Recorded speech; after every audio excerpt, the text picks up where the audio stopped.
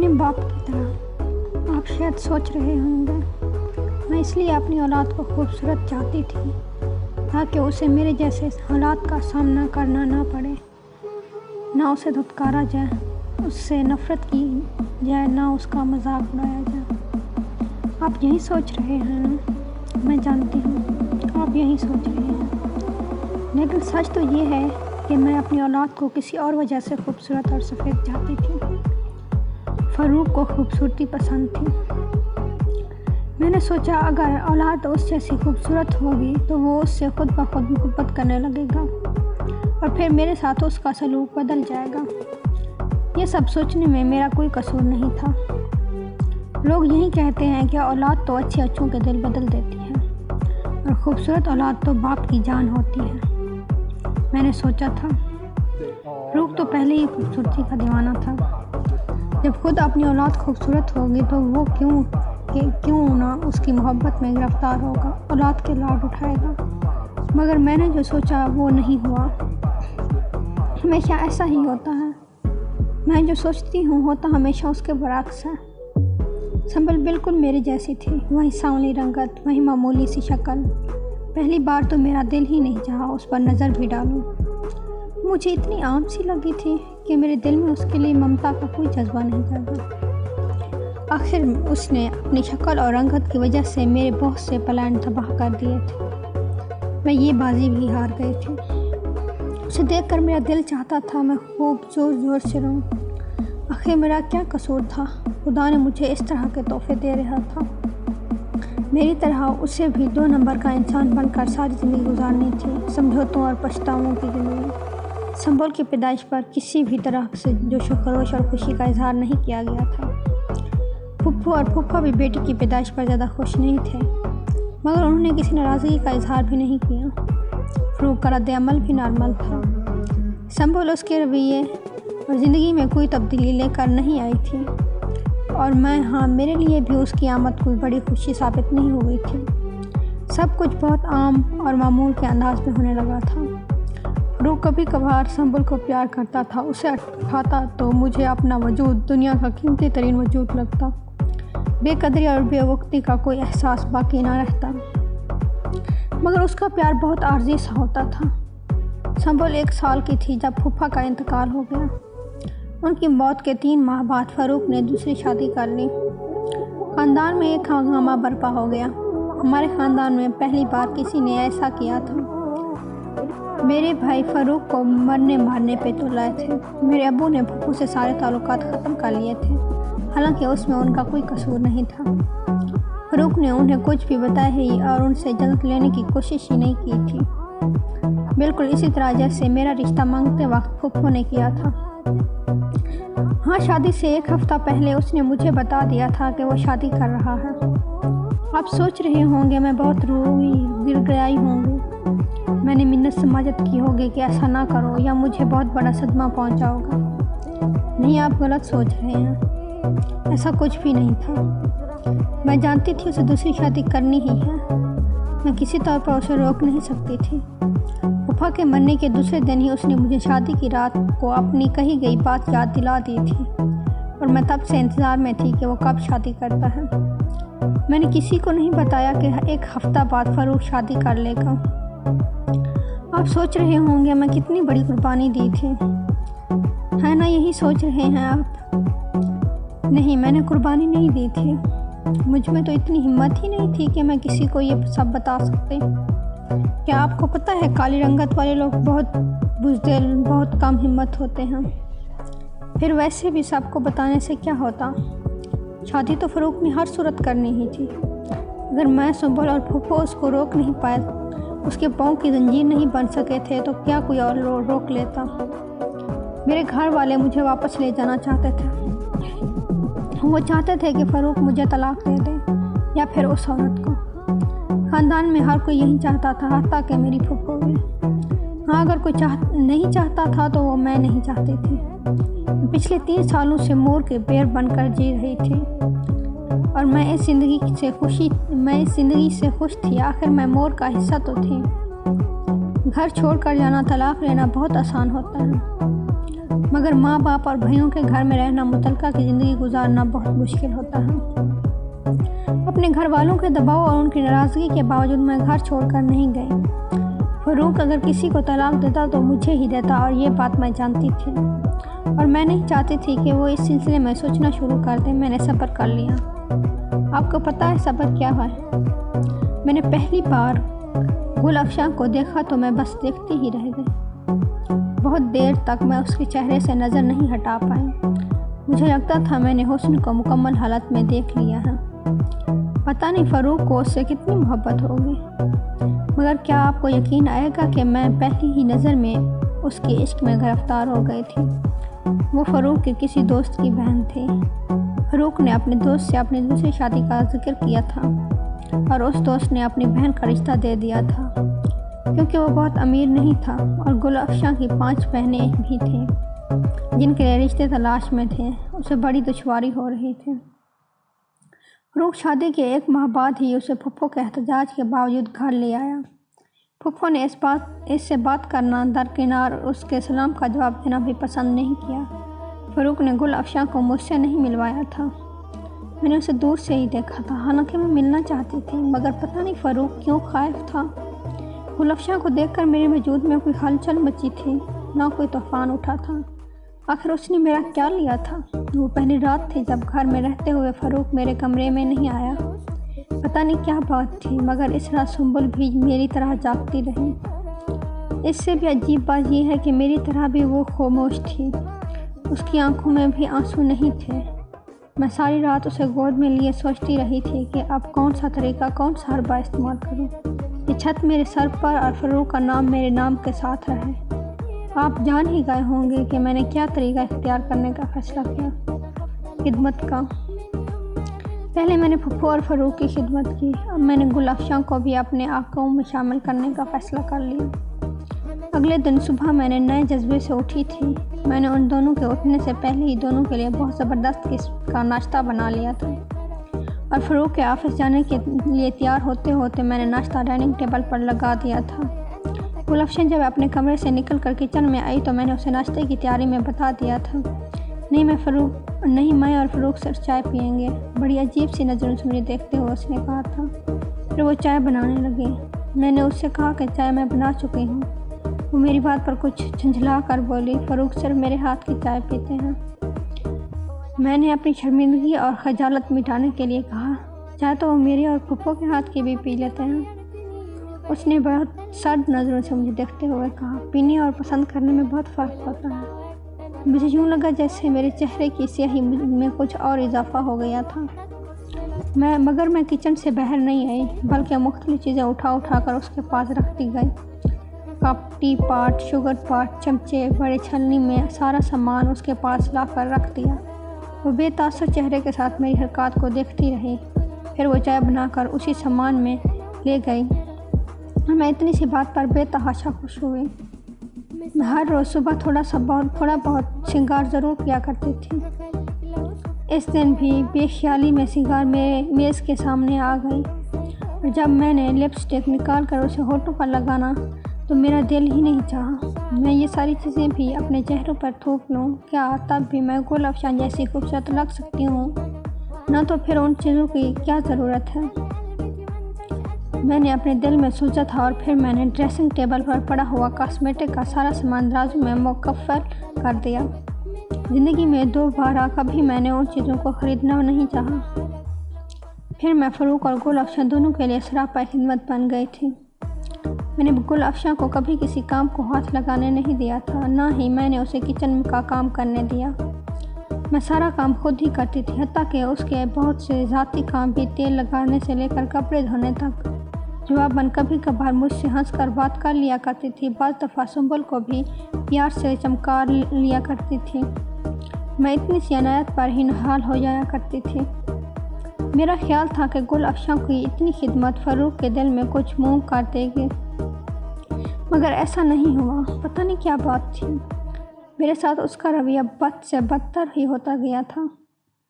मैंने उससे किसी भी किस्म का कोई मुतालबा नहीं किया था, ना किसी हक तलफी पर नाराज़गी का इजहार किया था, मगर फिर भी खुश नहीं था।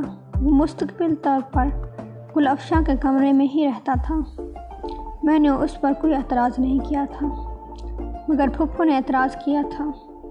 उन्होंने फ़ारूक से कहा था कि इसे दोनों बीवियों से एक जैसा सलूक करना चाहिए, मगर इस बात पर गुल अफ़शां बहुत बिगड़ गई थी।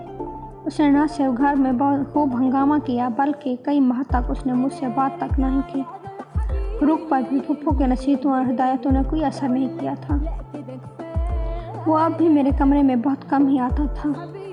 संबल से भी पहले वो थोड़ा बहुत लाड प्यार कर लेता था, वो ख़त्म हो गया था। कई हफ्ते वो संबल का नाम तक नहीं लेता। फूफो ज़बरदस्ती किसी दिन उसके पास अब बैठा आती, फिर वो चंद मिनट संबल के साथ खेलता और फिर उसे फूफो वापस दे जाता। फ़ारूक और गुल अफ़शां की ज़िंदगी बहुत अच्छी गुजर रही थी। फ़ारूक उसका शहदा था। वो जो कहती वो वही करता। वो जिस चीज़ की ख्वाहिश करती वो चीज़ लाना फ़ारूक पर फ़र्ज़ हो जाता। वो हर शाम उसे कहीं ना कहीं घुमाने ले जाता। पहले उसके पास एक पुरानी सी गाड़ी थी, लेकिन गुल अफ़शां के आते ही उसने नई गाड़ी ले ली थी।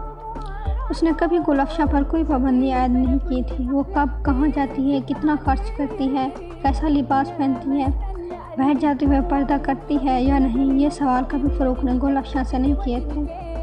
मैंने अपने पूरे वजूद को उसकी मर्ज़ी और अहकाम के मुताबिक ढाल लिया था, मगर वो फिर भी खुश नहीं हुआ था।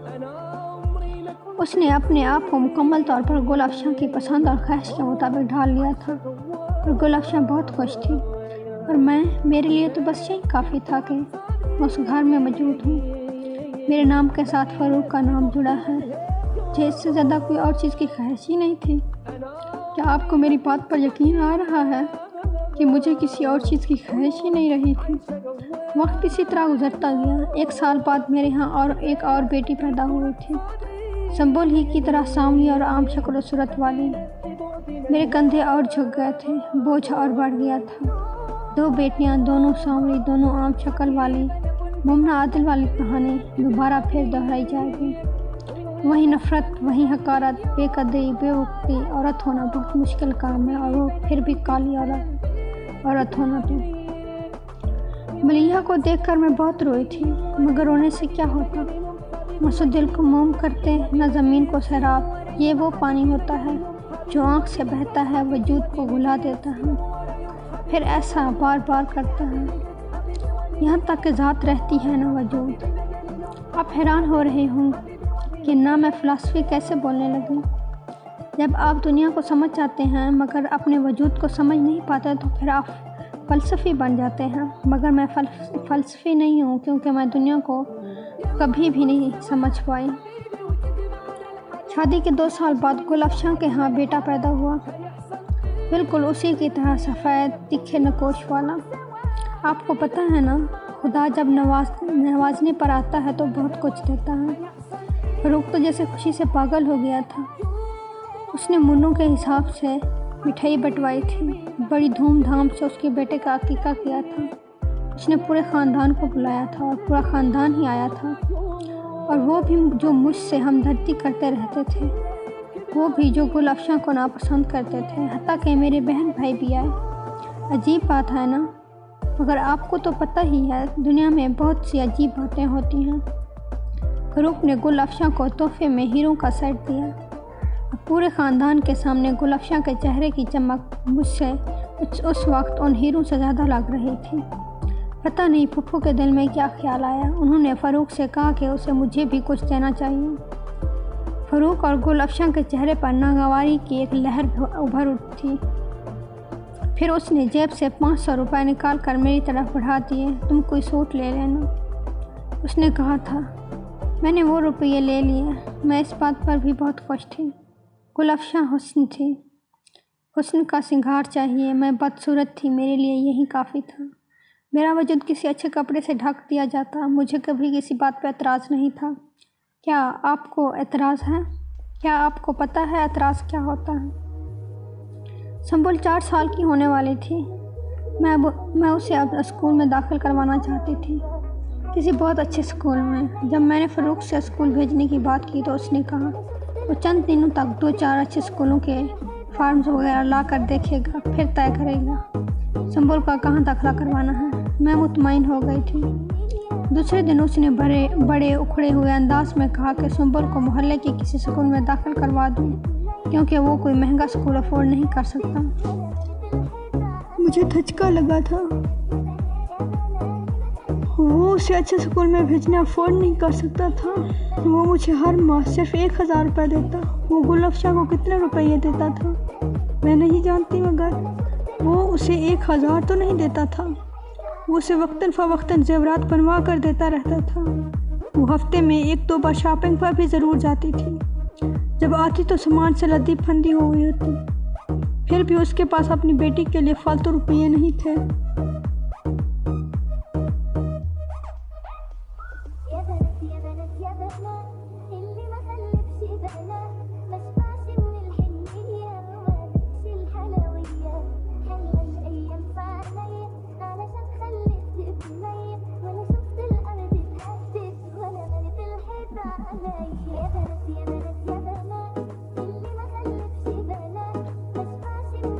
अपने बाप की तरह आप शायद सोच रहे होंगे, मैं इसलिए अपनी औलाद को खूबसूरत चाहती थी ताकि उसे मेरे जैसे हालात का सामना करना ना पड़े, ना उसे धुतकारा जाए, उससे नफ़रत की जाए, ना उसका मजाक उड़ाया जाए। आप यही सोच रहे हैं ना? मैं जानती हूँ आप यही सोच रहे हैं, लेकिन सच तो ये है कि मैं अपनी औलाद को किसी और वजह से खूबसूरत और सफ़ेद चाहती थी। फ़ारूक को खूबसूरती पसंद थी। मैंने सोचा अगर औलाद उस जैसी खूबसूरत होगी तो वो उससे खुद ब खुद मोहब्बत करने लगेगा और फिर मेरे साथ उसका सलूक बदल जाएगा। ये सब सोचने में मेरा कोई कसूर नहीं था। लोग यही कहते हैं कि औलाद तो अच्छे अच्छों के दिल बदल देती है और ख़ूबसूरत औलाद तो बाप की जान होती है। मैंने सोचा था फ़ारूक तो पहले ही खूबसूरती का दीवाना था। जब खुद अपनी औलाद खूबसूरत होगी तो वो क्यों ना उसकी मोहब्बत में गिरफ़्तार होगा, औलाद के लाड उठाएगा। मगर मैंने जो सोचा वो नहीं हुआ। हमेशा ऐसा ही होता है। मैं जो सोचती हूँ होता हमेशा उसके बरक्स है। संबल बिल्कुल मेरी जैसी थी, वही सांवली रंगत, वही मामूली सी शक्ल। पहली बार तो मेरा दिल ही नहीं चाहा उस पर नज़र भी डालूं। मुझे इतनी आम सी लगी थी कि मेरे दिल में उसके लिए ममता का कोई जज्बा नहीं जागा। आखिर उसने अपनी शक्ल और रंगत की वजह से मेरे बहुत से प्लान तबाह कर दिए थे। मैं ये बाजी भी हार गई थी। उसे देखकर मेरा दिल चाहता था मैं खूब ज़ोर ज़ोर से रोऊं। आखिर मेरा क्या कसूर था? खुदा ने मुझे इस तरह के तोहफे दे रहा था। मेरी तरह उसे भी 2 नंबर का इंसान बनकर सारी ज़िंदगी गुजारनी थी, समझौतों और पछतावों की ज़िंदगी। संबल की पैदाइश पर किसी भी तरह से जोशो खरोश और खुशी का इजहार नहीं किया गया था। फुप्पू और फूफा भी बेटी की पैदाइश पर ज़्यादा खुश नहीं थे, मगर उन्होंने किसी नाराज़गी का इजहार भी नहीं किया। फ़ारूक का रद्द अमल भी नॉर्मल था। संबल उसके रवैये और ज़िंदगी में कोई तब्दीली लेकर नहीं आई थी और मेरे लिए भी उसकी आमद कोई बड़ी खुशी साबित नहीं हो गई थी।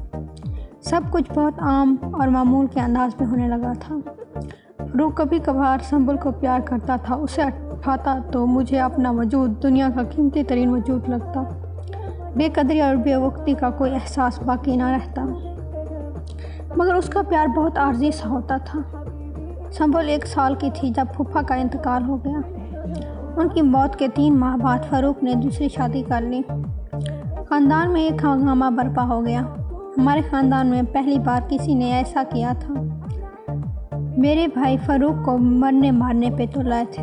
मेरे अब्बू ने फूफू से सारे ताल्लुकात ख़त्म कर लिए थे, हालांकि उसमें उनका कोई कसूर नहीं था। फ़ारूक ने उन्हें कुछ भी बताया ही और उनसे इजाज़त लेने की कोशिश ही नहीं की थी, बिल्कुल इसी तरह जैसे मेरा रिश्ता मांगते वक्त फूफू ने किया था। हाँ, शादी से 1 हफ़्ता पहले उसने मुझे बता दिया था कि वो शादी कर रहा है। आप सोच रहे होंगे मैं बहुत रोई गिड़गिड़ाई होंगी।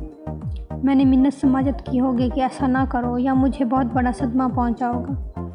नहीं, आप गलत सोच रहे हैं। ऐसा कुछ भी नहीं था। मैं जानती थी उसे दूसरी शादी करनी ही है। मैं किसी तौर पर उसे रोक नहीं सकती थी। फूफा के मरने के दूसरे दिन ही उसने मुझे शादी की रात को अपनी कही गई बात याद दिला दी थी और मैं तब से इंतज़ार में थी कि वो कब शादी करता है। मैंने किसी को नहीं बताया कि एक हफ्ता बाद फ़ारूक शादी कर लेगा। आप सोच रहे होंगे मैं कितनी बड़ी कुर्बानी दी थी, है ना? यही सोच रहे हैं आप? नहीं, मैंने कुर्बानी नहीं दी थी। मुझ में तो इतनी हिम्मत ही नहीं थी कि मैं किसी को ये सब बता सकती। क्या आपको पता है काली रंगत वाले लोग बहुत बुज़दिल, बहुत कम हिम्मत होते हैं। फिर वैसे भी सबको बताने से क्या होता? शादी तो फ़ारूक ने हर सूरत करनी ही थी। अगर मैं, सुंबल और फूफो उसको रोक नहीं पाए, उसके पाँव की जंजीर नहीं बन सके थे, तो क्या कोई और रोक लेता? मेरे घर वाले मुझे वापस ले जाना चाहते थे। वो चाहते थे कि फ़ारूक मुझे तलाक दे दे या फिर उस औरत को।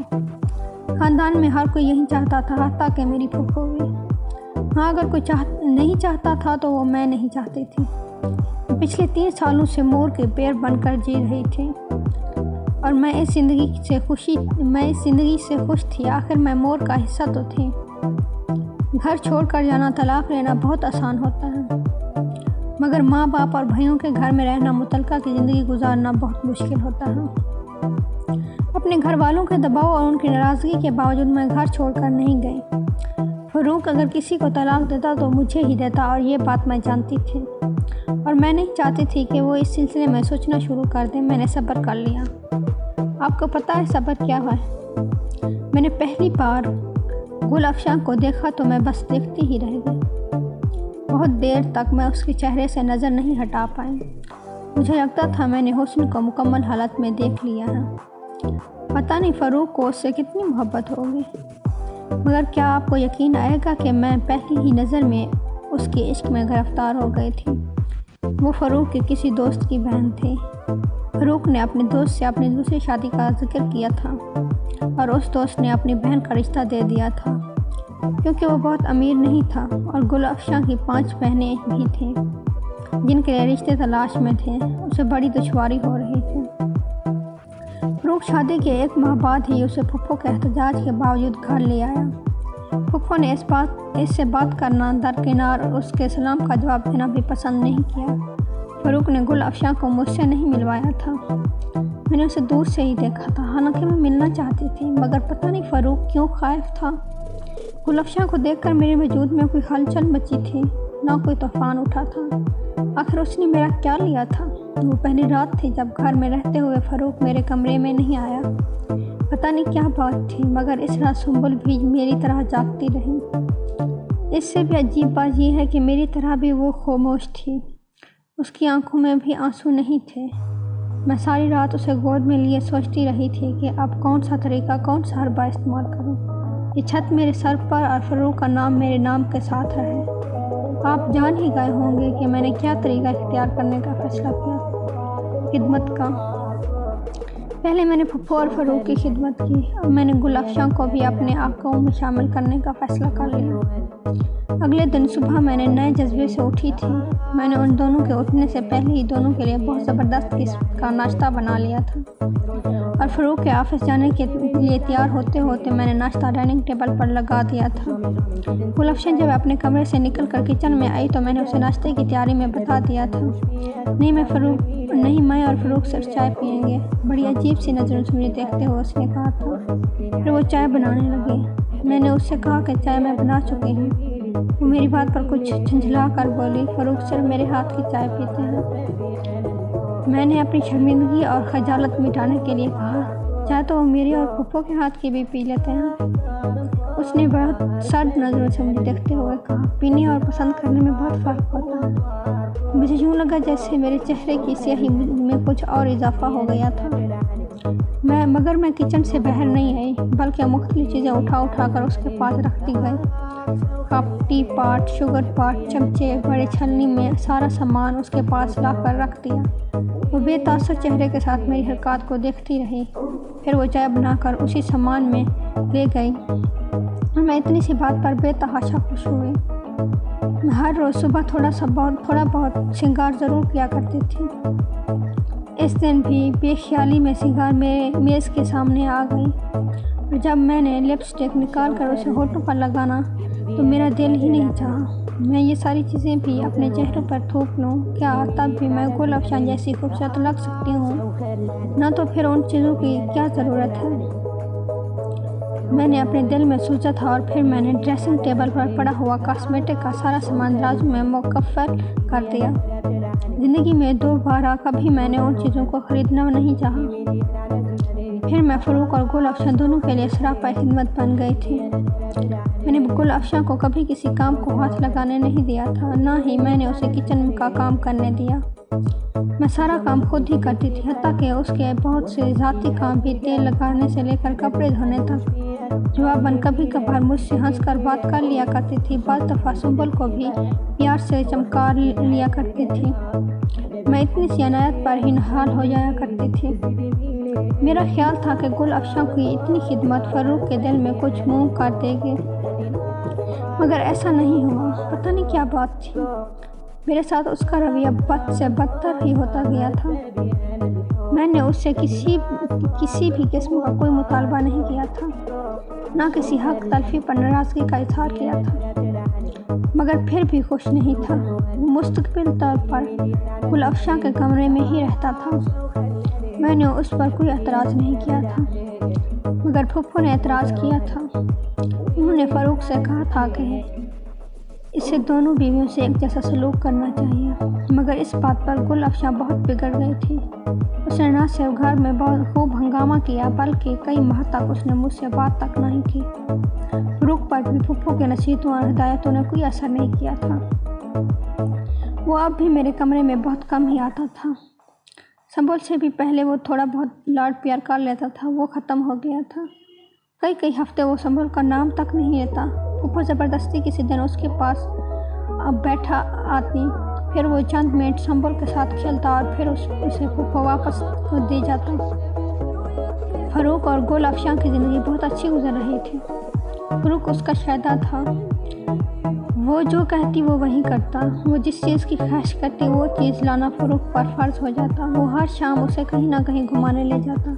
पहले उसके पास एक पुरानी सी गाड़ी थी, लेकिन गुल अफशान के आते ही उसने नई गाड़ी ले ली थी। उसने कभी गुल अफशान पर कोई पाबंदी आयद नहीं की थी। वो कब कहाँ जाती है, कितना खर्च करती है, कैसा लिबास पहनती है, बाहर जाते हुए पर्दा करती है या नहीं, ये सवाल कभी फ़रूक ने गुल अफशान से नहीं किए थे। मैंने अपने पूरे वजूद को उसकी मर्ज़ी और अहकाम के मुताबिक ढाल लिया था, मगर वो फिर भी खुश नहीं हुआ था। उसने अपने आप को मुकम्मल तौर पर गुल अफशान की पसंद और ख्वाहिश के मुताबिक ढाल लिया था, और गुल अफशान बहुत खुश थी। पर मेरे लिए तो बस यही काफ़ी था कि मैं उस घर में मौजूद हूँ। मेरे नाम के साथ फ़रूक का नाम जुड़ा है। मुझे इससे ज़्यादा कोई और चीज़ की ख्वाहिश ही नहीं थी। क्या आपको मेरी बात पर यकीन आ रहा है कि मुझे किसी और चीज़ की ख्वाहिश ही नहीं रही थी? वक्त इसी तरह गुजरता गया। 1 साल बाद मेरे यहाँ और एक और बेटी पैदा हुई थी, संबल ही की तरह सांवली और आम शक्ल सूरत वाली। मेरे कंधे और झुक गए थे, बोझ और बढ़ गया था। 2 बेटियाँ, दोनों सांवली, दोनों आम शक्ल वाली। मुमना आदिल वाली कहानी दोबारा फिर दोहराई जाएगी। वही नफ़रत, वही हकारत, बेकदरी, बेवकूफ़ी। औरत होना बहुत मुश्किल काम है, और वो फिर भी काली औरत होना तो। मलिहा को देखकर मैं बहुत रोई थी, मगर रोने से क्या होता?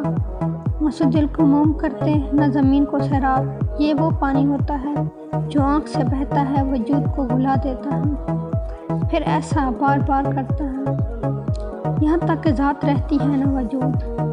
आप हैरान हो रहे हों कि ना मैं फ़िलासफ़ी कैसे बोलने लगी। जब आप दुनिया को समझ जाते हैं मगर अपने वजूद को समझ नहीं पाते, तो फिर आप फ़लसफ़ी बन जाते हैं। मगर मैं फ़लसफ़ी नहीं हूँ, क्योंकि मैं दुनिया को कभी भी नहीं समझ पाई। शादी के 2 साल बाद गुल अफशान के यहाँ बेटा पैदा हुआ, बिल्कुल उसी की तरह सफ़ेद, तीखे नकोश वाला। आपको पता है ना, खुदा जब नवाजने पर आता है तो बहुत कुछ देता है। फ़रूक तो जैसे खुशी से पागल हो गया था। उसने मुन्नू के हिसाब से मिठाई बंटवाई थी, बड़ी धूमधाम से उसके बेटे का अकीका किया था। उसने पूरे ख़ानदान को बुलाया था, और पूरा ख़ानदान ही आया था, और वो भी जो मुझसे हमदर्दी करते रहते थे, वो भी जो गुल अफशान को नापसंद करते थे, हत्ता कि मेरे बहन भाई भी आए।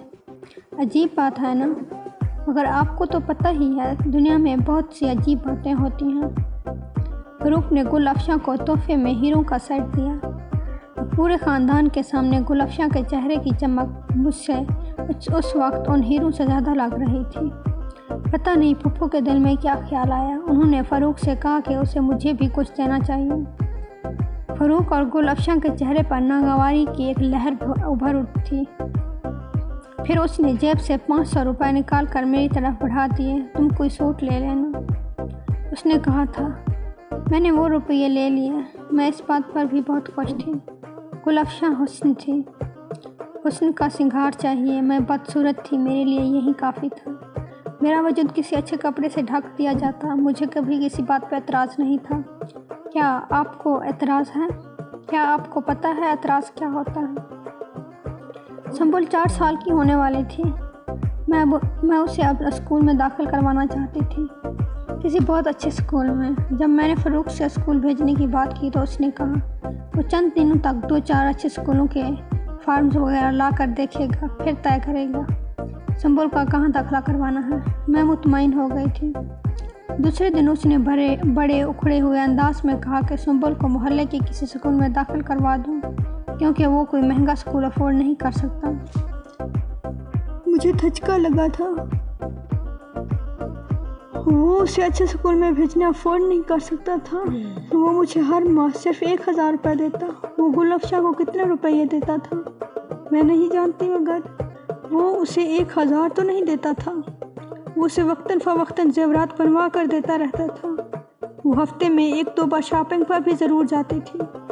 جب آتی تو سامان سے لدی پھندی ہو گئی ہوتی، پھر بھی اس کے پاس اپنی بیٹی کے لیے فالتو روپیے نہیں تھے۔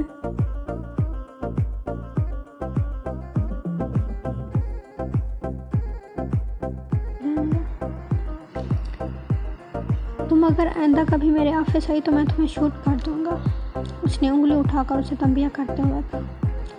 مجھے جب روپیوں کی ضرورت ہوگی تو میں ضرور آؤں گی۔ آپ وقت پر روپیے دے دیا کریں تو میں نہیں آؤں گی، اور خرچ کے روپیے بڑھائیں، اتنے روپیوں سے گزارا نہیں ہوتا۔ یہ 1992 ہے، 1292 نہیں۔ اس نے اپنی کرسی کو جھلانا بند کر دیا تھا، مگر کھڑی نہیں تھی، نہ ہی ٹانگ پہ رکھی ہوئی، ٹانگ کو نیچے اتار دیا تھا۔ فاروق ہونٹ بھینچتے کچھ دیر اسے دیکھتا رہا اور پھر وہاں سے چلا گیا۔ سنبل تمہیں کیا ہو گیا ہے؟ اس طرح کیوں کر رہی ہو؟ میں نے فاروق کے جاتے اس سے پوچھا۔ کیا ہوا ہے امی مجھے؟ کچھ بھی تو نہیں ہوا۔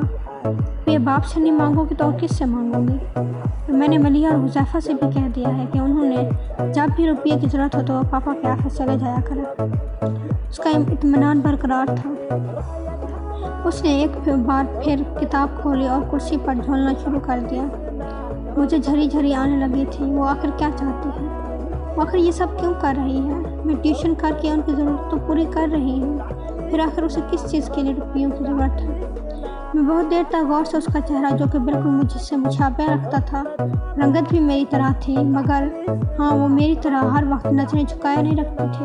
وہ ہر ایک کی آنکھوں میں آنکھیں ڈال کے بات کرتی تھی، چاہے وہ میں ہوں یا کوئی اور، چاہے وہ گل افشاں ہو یا پھر فاروق۔ اسے کوئی جھجک یا خوف نہیں ہوتا تھا۔ سامنی رنگت اور معمولی سی شکل کے باوجود وہ اپنے طریقے سے زندہ ہو رہ گئی، میری طرح دوسروں کی مرضی کے مطابق نہیں جی رہی تھی۔ مگر کیسے؟ اس نے اسے سکھایا تھا؟ میں نے تو اسے کچھ بھی نہیں سکھایا تھا۔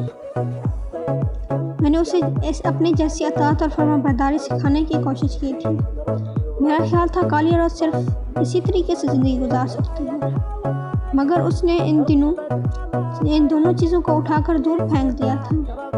دوسروں کی طرح زندگی گزارنے کی کوشش کر رہی تھی، خوبصورت لوگوں کی طرح، سفید لوگوں کی طرح۔ میں اس کے مستقبل کے بارے میں بہت بے حد خوفزدہ تھی۔ سنبل کی دوستی صرف معیز اور ایاز کے ساتھ ہی نہیں تھی، بلکہ عزیر اور رافع کے ساتھ بھی اتنی ہی تھی۔ نہ صرف ان کی دوستی ان چاروں کے ساتھ تھی، بلکہ بعض دفعہ وہ انہیں کسی بات پہ جھڑک دیتی، اور عجیب بات ہے کہ بالکل خاموش اس کی جھڑکیں سنتے رہتے۔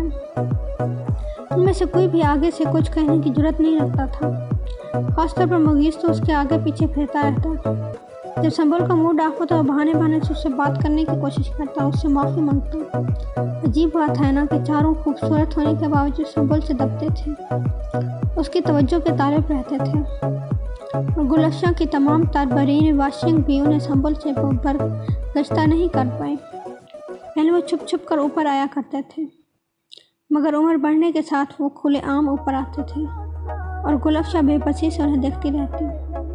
संबल न सिर्फ उनकी सालगिरह पर तोहफे देती रहती, बल्कि दूसरे मौके पर भी उन्हें कुछ न कुछ देती रहती। जवाबन वो भी संबल के लिए कुछ न कुछ खरीदते रहते थे, और बाज़ दफ़ा उनकी कोई चीज़ संबल को अच्छी लगती तो वो उससे इनकार के बावजूद उसे देकर ही दाम देते थे। लिहाजा घर में शिफ्ट होने के बावजूद हफ्ते में 3 बार मुगीज़ और अयाज घर ज़रूर आते, और संबल भी हफ्ते में 2-3 बार उनके घर ज़रूर होकर आती थी। संबल के बीए के पेपर होने वाले थे जब उस दिन फ़ारूक के हस्बे मामूल माहाना खर्चा देने आया था। उसके आने से कुछ देर पहले मुगीज़ आया हुआ था। मैं फ़ारूक के लिए चाय बनाने चली गई थी। जब मैं चाय लेकर वापस आई तो संबल फ़ारूक से कह रही थी, पापा अब एक कमरे में गुजारा करना बहुत मुश्किल हो गया है।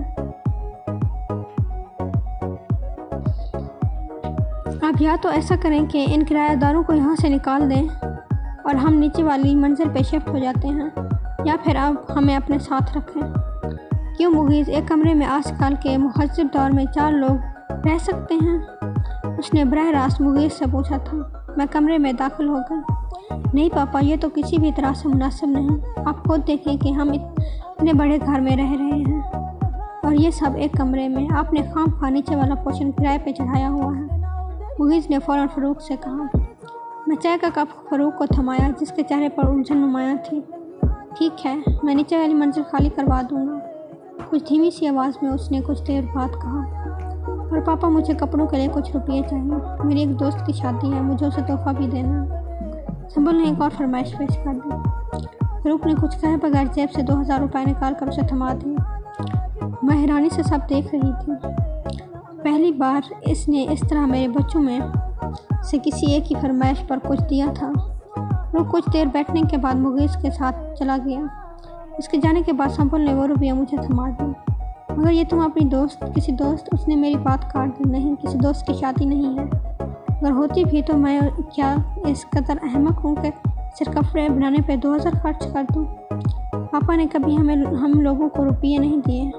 उन्हें हमें भी इस तरह जेब खर्च देना चाहिए जैसे वो मुगीज़ वगैरह को देते हैं। अगली बार मैं पापा से यही कहूँगी।